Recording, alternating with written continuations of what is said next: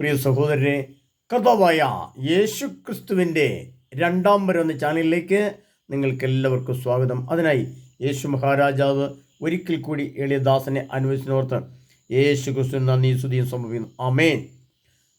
പ്രിയപ്പെട്ടവരെ, കഴിഞ്ഞ ക്ലാസ്സിൽ ഞാൻ നിങ്ങളോട് പറഞ്ഞു നമ്മുടെ ഈ മാസത്തെ ധ്യാനത്തിന് ഡേറ്റ് ഒന്ന് മാറ്റിയെന്ന് പറഞ്ഞിരുന്നു. അത് ഈ മാസം 26, 27, 28, 29 ദിവസങ്ങളാണ്. 26-ാം തീയതി വെള്ളിയാഴ്ച എല്ലാവരും അവിടെ എത്തിച്ചേരുക. 27-ാം തീയതി രാവിലെ മുതൽ 7 മണി മുതൽ ക്ലാസ്സുകളും ധ്യാനങ്ങളും ആരംഭിക്കും. അങ്ങനെ 27, 28, 29, 29-ാം തീയതി തിങ്കളാഴ്ച 4 മണിക്ക് ക്ലാസ്സുകൾ അവസാനിക്കുന്നതായിരിക്കും. ഈ രീതിയിലാണ് ധ്യാനങ്ങൾ ക്രമീകരിച്ചിരിക്കുന്നത്. അതുകൊണ്ട് ആ ഡേറ്റുകളും കാര്യങ്ങളും നിങ്ങൾ വ്യക്തമായിട്ട് ഓർത്തിരിക്കുക. കാരണം ഓർത്തിരുന്ന് വരണം. നിങ്ങൾ ധാരാളം ആളുകൾ വരണം. ഒരു 70 ആളുകൾക്ക് നമുക്ക് തക്കാലമായിട്ടുള്ള സംവിധാനങ്ങളുണ്ട്. അതുകൊണ്ട് അത് അത്രയും അനുസരിച്ച് ആളുകൾ വരിക. അതിൻ്റെ കാരണം ഞാൻ പറയുന്നത്, അതിന് അത്ര നിർബന്ധപൂർവ്വം നിങ്ങൾ പറയാൻ തന്നെ ഒരു കാരണമുണ്ട്. ആ കാരണത്തിൽ ഏറ്റവും പ്രധാനപ്പെട്ടത് ലൂക്കായുടെ സുവിശേഷം 21-ാം അധ്യായം 21-ാം തിരുവചനമാണ്. ലൂക്കായുടെ സുവിശേഷം 21:21. അവിടെ ഇങ്ങനെ പറയാണ്: അപ്പോൾ യൂദായിലുള്ളവർ പർവ്വതങ്ങളിലേക്ക് പലായനം ചെയ്യട്ടെ, പട്ടണങ്ങളിലുള്ളവർ അവിടം വിട്ടുപോകട്ടെ. അത് പറയാൻ വേണ്ടിയിട്ടാണ് ഞാൻ പറഞ്ഞത്. പട്ടണങ്ങൾ, അന്ന് പട്ടണങ്ങൾ എന്നായിരുന്നു പറയുന്നത്. ഇന്ന് പട്ടണങ്ങൾക്ക് പറയുന്ന പേരെന്താണ്? നഗരങ്ങൾ എന്നാണ്. ന്യൂയോർക്ക് നഗരം, കാനഡ നഗരം, ലണ്ടൻ നഗരം, ഡൽഹി നഗരം, ബാംഗ്ലൂർ സിറ്റി എന്നൊക്കെ നമ്മൾ കേൾക്കുന്നില്ലേ? ലോകത്തിൻ്റെ എല്ലാ ഭാഗങ്ങളിലും നഗരങ്ങൾ സൃഷ്ടിക്കപ്പെട്ടു കഴിഞ്ഞു. നഗരങ്ങളിലാണ് ഇപ്പോൾ ഉള്ളത്. അപ്പോൾ പട്ടണങ്ങൾ അന്ന് പട്ടണങ്ങൾ എന്ന് പറഞ്ഞാൽ, അന്ന് പട്ടണം എന്ന് പറയാൻ കാരണം എന്താ വെച്ചാൽ ഒരു പ്രത്യേക ഭാഗത്തായിരിക്കും, ഇസ്രായേലിൻ്റെ ചെറിയൊരു ഭാഗത്തായിരിക്കും എവിടെയെങ്കിലും 1-2 കിണറുകളെ ഉണ്ടാവുള്ളൂ. അവിടെ നിന്നാണ് ആയിരക്കണക്കിന് ആളുകൾ വെള്ളം കോരുന്നത്.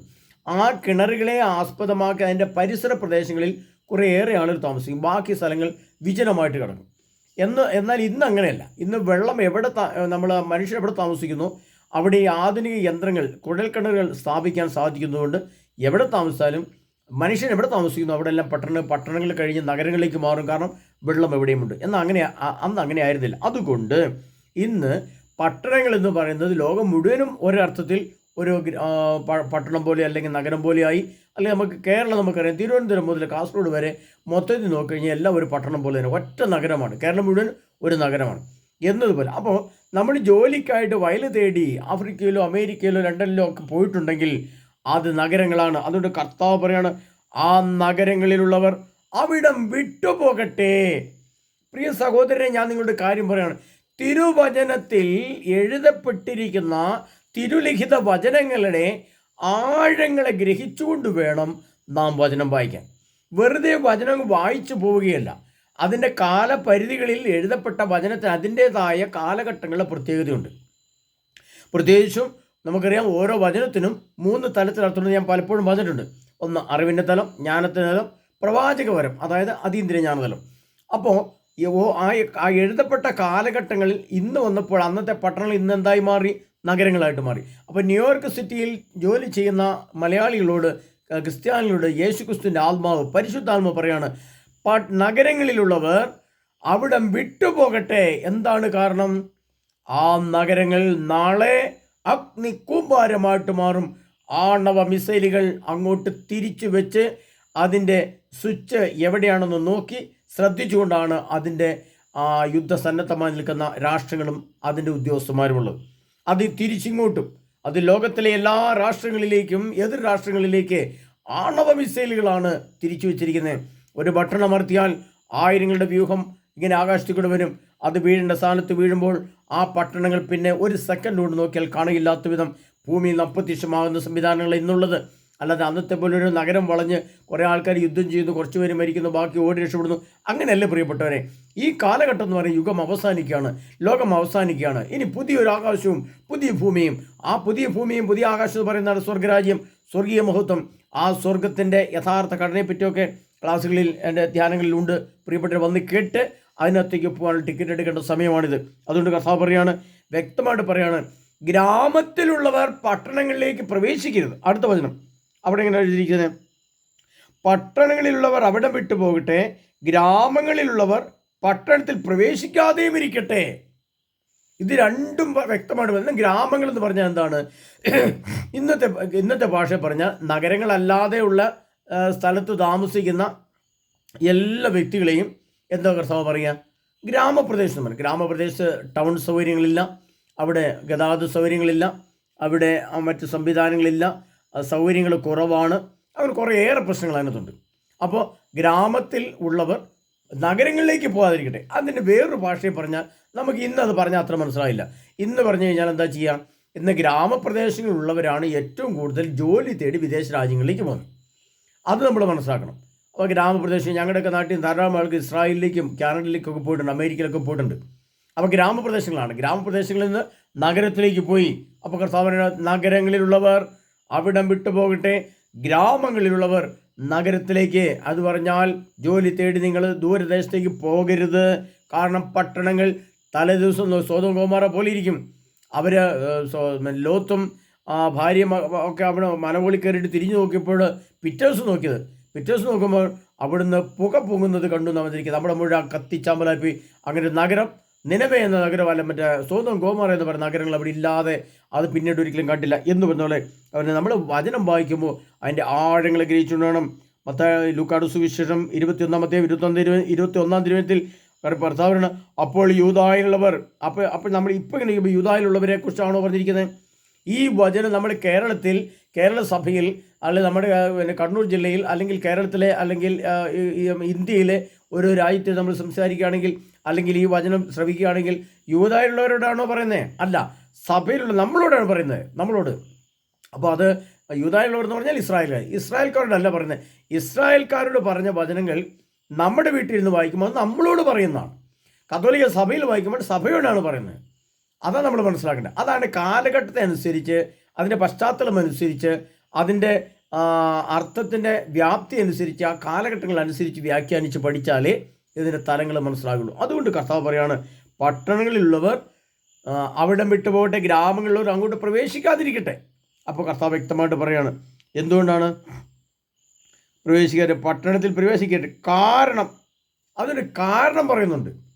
എന്തുകൊണ്ടാണ് നഗരങ്ങളിലുള്ളവർ അവിടെ വിട്ടുപോകാൻ പറയുന്നത്? എന്തുകൊണ്ടാണ് ഗ്രാമങ്ങളിലുള്ളവർ നഗരത്തിലേക്ക് പോകരുത്, ഇനി ജോലി തേടി പോകരുത്, നിന്റെ കാലഘട്ടം അവസാനിച്ചു, യുഗം അവസാനിച്ചു? പ്രിയ സഹോദരങ്ങളെ, കത്തോലിക്ക സഭ അത് പഠിപ്പിക്കാത്തതുകൊണ്ടാണ് ആർക്കത് ബോധ്യം വരാത്തത്. ആരെങ്കിലും നമ്മളിപ്പോൾ പറഞ്ഞായിട്ട് ആരും വിശ്വസിച്ചില്ലെങ്കിൽ എനിക്കൊരു കുഴപ്പമില്ല. പക്ഷേ കർത്താവ് പറഞ്ഞ വചനത്തെ നിങ്ങൾ വിശ്വസിക്കണം. ഞാൻ പറഞ്ഞെന്നോ അവൻ പറഞ്ഞെന്നോ അവിടുന്ന് കേട്ടെന്നോ ഇവിടുന്ന് കേട്ടെന്നോ അല്ല പറയണ്ടേ. വിശുദ്ധ ഗ്രന്ഥത്തിൽ സർവശക്തനായ യേശു ക്രിസ്തു എന്തെഴുതി വെച്ചിരിക്കുന്നു അത് പഠിക്കണം, അത് പഠിച്ചിട്ട് വേണം ചിന്തിക്കാൻ. അതുകൊണ്ട് പറയണം, അപ്പോൾ യൂദായിലുള്ളവരല്ല, അപ്പോൾ കത്തോലിക്ക സഭയിലുള്ളവർ വിദേശ രാജ്യങ്ങളിലേക്ക് ജോലി തേടി പോകാതിരിക്കട്ടെ, പട്ടണത്തിലുള്ളവർ അവിടം വിട്ടുപോകട്ടെ. ഇപ്പോൾ ന്യൂയോർക്ക് സിറ്റിയിലോ ലണ്ടനിലോ കാനഡയിലോ അവിടം വിട്ട് എത്രയും പെട്ടെന്ന് സ്വന്തം നാട്ടിലേക്ക് പോട്ടെ എന്നർത്ഥം. മനസ്സിലാക്കണം പ്രിയപ്പെട്ടവരെ. ഗ്രാമങ്ങളിലുള്ള പട്ടണത്തിൽ പ്രവേശിക്കാതിരിക്കട്ടെ. ഇപ്പോൾ ഗ്രാമങ്ങളിലായിരിക്കുന്നവർ ജോലി തേടി നഗരങ്ങളിലേക്കോ വിദേശത്തേക്ക് പോകാതിരിക്കട്ടെ. കാരണം എന്താ എഴുതപ്പെട്ടവയെല്ലാം പൂർത്തിയാകേണ്ട പ്രതികാരത്തിൻ്റെ ദിവസങ്ങളാണ് അവ. അപ്പോൾ അന്ന് പറഞ്ഞപ്പോൾ അവയെന്നാണ് പറഞ്ഞില്ലേ. ഇന്ന് പറയുമ്പോഴോ ഇവ, ഇപ്പോൾ സംഭവിക്കുന്നത് ഈ പ്രതികാരത്തിൻ്റെ ദിവസം.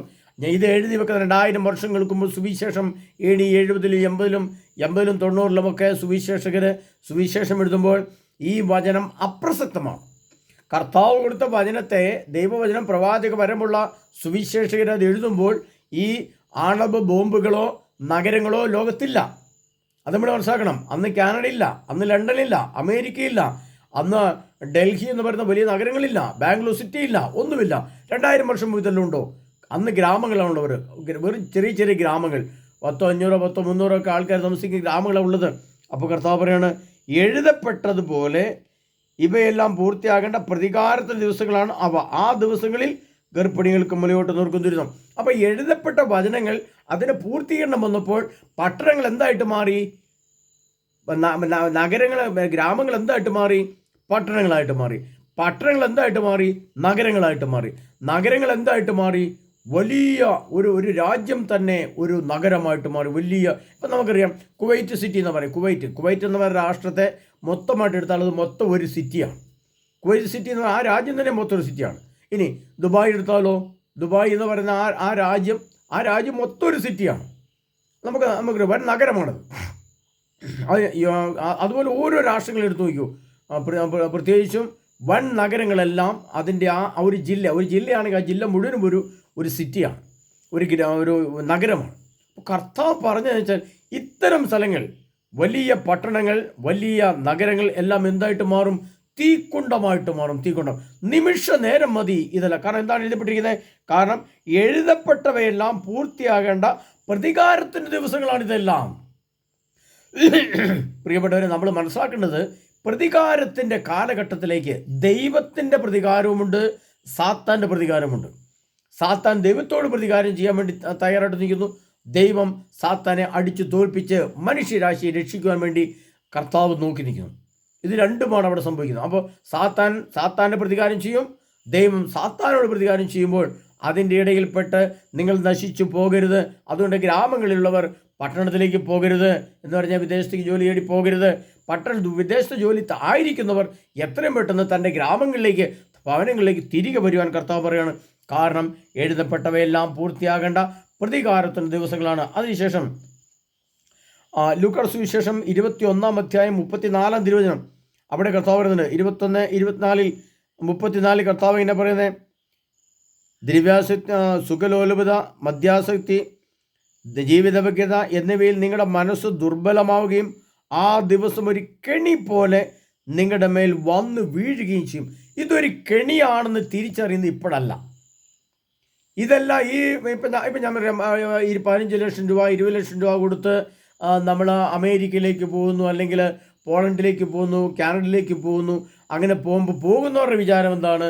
ഇപ്പോൾ തന്നെ ഞാൻ ലക്ഷങ്ങളും കോടികളും ഉണ്ടാക്കി എൻ്റെ വീടുകൾ അങ്ങനെയാക്കും, എൻ്റെ പഴയ കാറുകൾ, പഴയ സ്കൂട്ടറുകൾ ഞാൻ വലിയ കാറുകളാക്കി മാറ്റുന്നുള്ള സ്വപ്നം കൊണ്ടാണ് പോകുന്നത്.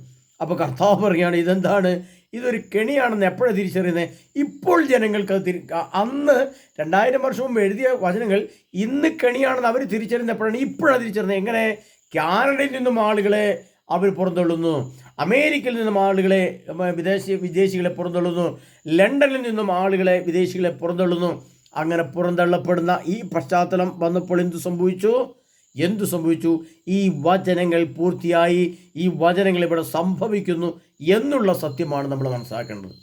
പ്രിയ സഹോദരനെ, അതുകൊണ്ട് നാം മനസ്സിലാക്കേണ്ടത് എഴുതപ്പെട്ട ദൈവവചനമെല്ലാം പൂർത്തിയാകുന്ന നിവൃത്തീകരണ സംഭവമാണ്. അതുകൊണ്ടാണ് വെളിപ്പാട് പുസ്തകം പറയുന്നുണ്ട്, ദൈവം തൻ്റെ പ്രവാചകന്മാരെ അറിയിച്ച രഹസ്യം നിവൃത്തിയാകും. ആ നിവൃത്തിയാകും എന്ന് പറഞ്ഞ വചനത്തിൻ്റെ അർത്ഥം എന്താണ്? പടിപടിയായിട്ട്, സ്റ്റെപ്പായിട്ട് വരുമ്പോൾ അത് നിശ്ചയം അവിടെ സംഭവിച്ചിരിക്കുമെന്നാണ് അർത്ഥം. സ്റ്റെപ്പായിട്ട്. അത് ഞാൻ ഉദാഹരണ സഹിതം പറഞ്ഞിട്ടുണ്ട്. പാലിനകത്ത് മോരിൻ്റെ മുറ ഒഴിച്ചു വെച്ചാൽ പിറ്റേ ദിവസം എന്തായി? അത് മോരാകും. മോരിനെ കടഞ്ഞാൽ എന്തായി? നെയ്യാവും. നെയ്യ് കടഞ്ഞാൽ എന്തായി? അത് അഗ്നിയാവും. അങ്ങനെ സ്റ്റെപ്പായിട്ട് സംഭവിക്കുക തന്നെ ചെയ്യും. അതുകൊണ്ടാണ് നിശ്ചയമായും അത് സംഭവിക്കും. അതുകൊണ്ട് വ്യക്തമായിട്ട് കർത്താവ് പറയാണ്, ഈ കാലഘട്ടം, യുഗം അവസാനിക്കാറായി ഈ കാലഘട്ടത്തിൽ കർത്താവിൻ്റെ നഗരങ്ങളിലുള്ള ഗ്രാമങ്ങളിലേക്ക് ഓടിക്കോ, ഗ്രാമത്തിലുള്ളവർ നഗരത്തിലേക്ക് പോകാതിരിക്കട്ടെ എന്ന് വ്യക്തമായി പറയുമ്പോൾ കർത്താവ് അതിൻ്റെ അറിവിൻ്റെ തലം, ജ്ഞാനത്തിൻ്റെ തലത്തിൽ, അതിൻ്റെ ജ്ഞാനതലത്തിൽ ചിന്തിക്കുമ്പോൾ വരാനിരിക്കുന്ന സംഭവം എന്താണെന്ന് വ്യക്തമായിട്ട് കർത്താവ് പറയുന്നുണ്ട്. അതുകൊണ്ടാണ് കർത്താവ് ഇത്ര വ്യക്തമായിട്ട് പറയുന്നത്. പ്രിയപ്പെട്ടവരെ, അതുകൊണ്ട് നിങ്ങൾ വ്യക്തമായിട്ട് മനസ്സിലാക്കാനുള്ളത്, മനസ്സിലാക്കിയില്ലെങ്കിൽ എന്ത് സംഭവിക്കുന്നുള്ളത് നിങ്ങൾ മനസ്സിലാക്കേണ്ടി വരും. മത്തായിയുടെ സുവിശേഷം 24-ാം അധ്യായം അതിൻ്റെ 22-ാം തിരുവചനം, അവിടെ ഒരു കാര്യം വ്യക്തമായിട്ട്, എന്തെന്നാൽ ലോകാരംഭം മുതൽ ഇന്നവരെ ഉണ്ടായിട്ടില്ലാത്ത, ഇനി ഉണ്ടാകാനിടയില്ലാത്ത ഉഗ്രപീഡനം വന്നുണ്ടാവും.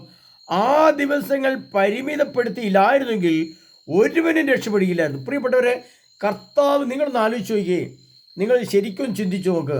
ഇപ്പോൾ കഴിഞ്ഞ ക്ലാസ്സിൽ ഞാൻ പറഞ്ഞു, വിമാന ടിക്കറ്റ് എടുത്ത് വെച്ചിട്ട് പെട്ടെന്ന് അവർക്ക് പോരാൻ പറ്റിയില്ല. അതിൻ്റെ പുറത്ത് അവർ അനുഭവിച്ച വേദന വളരെ വലുതായിരുന്നു. അപ്പോൾ ഇപ്പോൾ ഇത് ജൂൺ മാസമായി. August, September, October, November, December, 5 മാസമേ നമ്മുടെ മുമ്പിൽ, 5-6 മാസമേ ഇനി നമ്മുടെ മുമ്പിലുള്ളൂ. എന്തിനു വേണ്ടി? ഓടി രക്ഷപ്പെടാൻ, അല്ലെങ്കിൽ പെട്ടെന്നൊന്ന് തിരിച്ചു കയറി വരാൻ ചുരുങ്ങിയ സമയം മാത്രമേ നമ്മുടെ ഉള്ളൂ. അത്രമാത്രം പരിമിതപ്പെട്ട പശ്ചാത്തലത്തിൽ കാലഘട്ടവും സമയവും മാസങ്ങളും പരിമിതപ്പെട്ട കാലത്ത് കർത്താവ് പറയാണ്, നിങ്ങൾക്ക് വേണ്ടി ഈ സമയം ഞാൻ കരുതി വെച്ചിരിക്കുകയാണ്. എത്രയും പെട്ടെന്ന് നിങ്ങൾ രക്ഷപ്പെട്ടുകൊള്ളുക, അല്ലെങ്കിൽ വരാനിരിക്കുന്നത് നിങ്ങളുടെ ചിന്തയ്ക്ക് അപ്പുറത്തേക്കാണെന്ന് വ്യക്തമായിട്ട് പറയണം.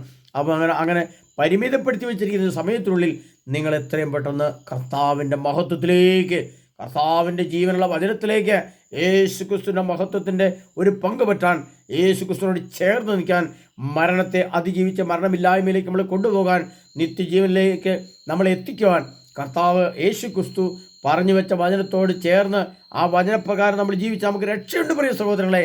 ഇല്ലെങ്കിൽ ശിക്ഷയാണ്. കാരണം എഴുതപ്പെട്ടവയെല്ലാം പ്രതികാരത്തിൻ്റെ ദിവസങ്ങളാണെന്ന് കർത്താവ് ലൂക്കായുടെ സുവിശേഷത്തിൽ വെച്ചിട്ടുണ്ട്. അതുകൊണ്ട് ഞാൻ പ്രിയപ്പെട്ട സഹോദരങ്ങളെ നിങ്ങൾ പറയുകയാണ്, ഓരോ വചനത്തിൻ്റെയും അർത്ഥതലങ്ങളെ നമ്മൾ ഗ്രഹിക്കുമ്പോൾ ഏത് കാലഘട്ടത്തിലാണ് ആരോടാണിത് പറഞ്ഞത് എന്ന് മനസ്സിലാക്കിക്കൊണ്ട് നമ്മൾ ഗ്രഹിച്ചുകൊണ്ട് എത്രയും പെട്ടെന്ന് നാം രക്ഷയ്ക്കായിട്ട് വരിക. അതിനാൽ പ്രിയ സഹോദരങ്ങളെ മറ്റൊരു കാര്യം കൂടെ നിങ്ങൾ അറിയിക്കുകയാണ്. അതായത് നമ്മുടെ മുമ്പിൽ സമയങ്ങൾ വളരെ പരിമിതമാണ്. വളരെ പരിമിതമായൊരു കാലഘട്ടത്തിൽ കൂടെയാണ് നമ്മൾ കടന്നു പോകുന്നത്. അതുകൊണ്ട് ഇത് കർത്താവ് പറയുന്നുണ്ടല്ലോ, ആ ദിവസങ്ങൾ പരിമിതപ്പെടുത്തിയിരിക്കുകയാണ്. അപ്പോൾ നമുക്ക് പരിമിതമായ സമയത്തിനുള്ളിൽ നിന്നുകൊണ്ട് നമ്മുടെ സുവിശേഷത്തിലെ പ്രിയപ്പെട്ടവരെ സനാതന സുവിശേഷം ശ്രമിക്കുകയാണ്. ആ അന്ത്യകാലഘട്ടങ്ങളിലെ സനാതന സുവിശേഷം എന്ന അന്ത്യകാലഘട്ടത്തിലെ സുവിശേഷമാണ്. ഇത്രയും കാലം ഉണ്ടായിരുന്ന സുവിശേഷമല്ല. ആ സനാതന സുവിശേഷം ശ്രമിക്കുവാൻ നമുക്ക് നിങ്ങളൊക്കെ ക്ഷണിക്കുന്ന ആ കാലഘട്ടത്തിൽ ക്ഷണിക്കുമ്പോൾ ഓടി വരിക, ഓടി വന്ന് രക്ഷപ്പെടാനുള്ള എല്ലാ മാർഗങ്ങളും. കാരണം നിങ്ങൾ എങ്ങനെ ആയിരിക്കണം എന്ന് ഇന്നേ വരെ പറഞ്ഞു തന്നിട്ടില്ലാത്ത വിധത്തിലുള്ള ഒരുക്കവും ക്ലാസ്സുകളും ധ്യാനങ്ങളും നിങ്ങൾക്ക് അവിടെ ലഭിക്കും, മറ്റൊരിടത്ത് ലഭിക്കുകയുമില്ല. അതിനാൽ പ്രിയപ്പെട്ടവരെ, കഴിയുന്നത്ര വേഗം നിങ്ങൾ പേരുകൾ വിളിച്ച് രജിസ്റ്റർ ചെയ്തുകൊണ്ട് നിങ്ങൾ ആ സമയത്തേക്ക് വരിക. അതിനായി നമ്മെ ഓരോരുത്തരെയും സമൃദ്ധമായി സർവശക്തനായ യേശുനാഥൻ അനുഗ്രഹിക്കുമാറാകട്ടെ. നമ്മളെ കർത്താവ് കാക്കുമാറാകട്ടെ. യേശുവെ എന്ന് വിളിക്കുന്നവർക്ക് സംരക്ഷണം കിട്ടുമാറാകട്ടെ. യേശു കൃഷ്ണ വചനത്തോട് ചേർന്ന് നിൽക്കുന്നവർക്ക് അതിൻ്റെ ശക്തി ലഭിക്കുമാറാകട്ടെ. യേശു കൃഷ്ണ വചനത്തിൻ്റെ ശക്തിയും ധൈര്യവും ധീരതയും ജ്ഞാനവും ശക്തിയും നമുക്ക് ലഭിക്കുമ്പോൾ കർത്താവിനടുത്ത് പറഞ്ഞിരിക്കുന്ന ആ സംഭവം ഒരു കെണി പോലെ നിങ്ങളുടെ മേൽ മനസ്സ് ദുർബലമാകും. എന്താണ് പണം എന്ന ചിന്തയെപ്പറ്റിയും ലൂക്കായുടെ സുവിശേഷം 21:24 കർത്താവ് ഇങ്ങനെ പറയുന്നുണ്ട്, സുഖലോലുപത, മദ്യാസക്തി, ജീവിതവ്യഗ്രത എന്നിവയിൽ നിങ്ങളുടെ മനസ്സ് ദുർബലമാകുമെന്ന് പറഞ്ഞിരിക്കുന്നത്. മനസ്സ് ദുർബലമാകുക എന്ന് പറഞ്ഞാൽ എന്താണ് എൻ്റെ അർത്ഥം? നമ്മൾ മനസ്സിലാക്കുന്നത് മനസ്സ് ദുർബലമായി പോകുമെന്ന് പറഞ്ഞാൽ എന്താണ് ശരിക്കും നമ്മൾ അർത്ഥമാക്കേണ്ട? മനസ്സിൻ്റെ പരിശുദ്ധി, മനസ്സെന്ന് പറയുന്ന ഇന്ദ്രിയമാണ്. ഇന്ദ്രിയത്തിൻ്റെ പരിശുദ്ധി നഷ്ടപ്പെട്ടിരിക്കും എന്നാണ് അർത്ഥം. നമുക്കറിയാം, കാനഡയിലേക്കോ ദുബായിലേക്കോ അമേരിക്കയിലേക്കോ കയറിപ്പോകുന്ന ആളുകൾ ജോലി കഴിഞ്ഞ് രാത്രി വീട്ടിൽ വന്ന് അവരെന്താ പരിപാടി കാണുന്നത്, എന്താ കേൾക്കുന്നത്, എന്ത് ടെലിവിഷൻ, എന്ത് മൊബൈലാണ് കാണുന്നവർ? എന്തെല്ലാം സുഖസൗകര്യങ്ങൾ! ഇതിനകത്ത് പറഞ്ഞിരിക്കുന്ന മുഴുവൻ സുഖസൗകര്യങ്ങളും അവർക്കുണ്ട്. സുഖലോലുപതയുണ്ട്, മദ്യം ലഭിക്കും, ജീവിതത്തെക്കുറിച്ച് അവിടെയും വ്യഗ്രതയാണ്. എനിക്ക് ലക്ഷ്യം ഉണ്ടാക്കണം എന്നിവയിൽ നിങ്ങളുടെ മനസ്സ്. അപ്പോൾ ഇവിടെ പറഞ്ഞിരിക്കുന്ന എല്ലാ കാര്യങ്ങളിലും മുഴുകി ജീവിക്കുന്ന നമ്മൾ അതിൽ നിന്ന് രക്ഷപ്പെടാൻ ശ്രമിച്ചില്ല എങ്കിൽ അത്തരം സോദോം ഗോമോറകളെ കർത്താവ് തൻ്റെ അഗ്നി അയച്ച് കത്തിക്കുമ്പോൾ നിങ്ങളതിനകത്ത് പെട്ടുപോകും എന്നുള്ളത് കൊണ്ടാണ് കർത്താവ് പറയുന്നത്, പട്ടണങ്ങളിലുള്ളവർ അവിടുന്ന് രക്ഷപ്പെടട്ടെ, ഗ്രാമങ്ങളിലുള്ളവർ നഗരത്തിലേക്ക് പലായനം പോകാതിരിക്കട്ടെ എന്ന് കർത്താവ് പറയുന്നത്. പ്രതികാര ദിവസത്തിൻ്റെ ദിനങ്ങളാണ് വരുന്നത്. അതെല്ലാം മുമ്പിൽ എത്തിക്കഴിഞ്ഞു. നമുക്കറിയാം, ഇറാനുമായിട്ടുള്ള പ്രശ്നങ്ങൾ ശ്രദ്ധിക്കണം. നിങ്ങൾ വാർത്തകൾ ശ്രദ്ധിച്ചാൽ മനസ്സിലാകും. വലിയ തയ്യാറെടുപ്പുകൾ വീണ്ടും നടക്കുകയാണ്. വലിയ തയ്യാറെടുപ്പുകളാണ് ഇപ്പോൾ നടക്കുന്നത്. അതൊന്നും നമുക്കൊന്നും മനസ്സിലാക്കാനോ നമ്മുടെ ബുദ്ധിക്ക് ചിന്തിച്ച് മനസ്സിലാക്കാനോ പറ്റുന്ന കാര്യങ്ങളല്ല. നമുക്ക് വെളിച്ചത്ത് വരികയുമില്ല. അതൊക്കെ വലിയ ആഗോള യുദ്ധത്തിൻ്റെ തുടക്കത്തിൻ്റെ ചില ഭാഗങ്ങൾ നമ്മൾ കണ്ടു കഴിഞ്ഞു. ഇനി അതിൻ്റെ അടുത്ത സ്റ്റെപ്പിലേക്ക് കയറുകയാണ്. ഇതൊക്കെ മനസ്സിലാക്കുമ്പോൾ എത്രയും പെട്ടെന്ന് നമ്മൾ യേശു ക്രിസ്തുവിൻ്റെ സവിധത്തിലേക്ക് ഓടാനുള്ള സമയമായെന്ന് മനസ്സിലാക്കിക്കൊണ്ട് എത്രയും പെട്ടെന്ന് അതിനെ നമ്മൾ ഒരുങ്ങുക. അതിനായി നമ്മൾ സമൃദ്ധമായി അനുഗ്രഹിക്കുമാറാകട്ടെ. ആമേൻ.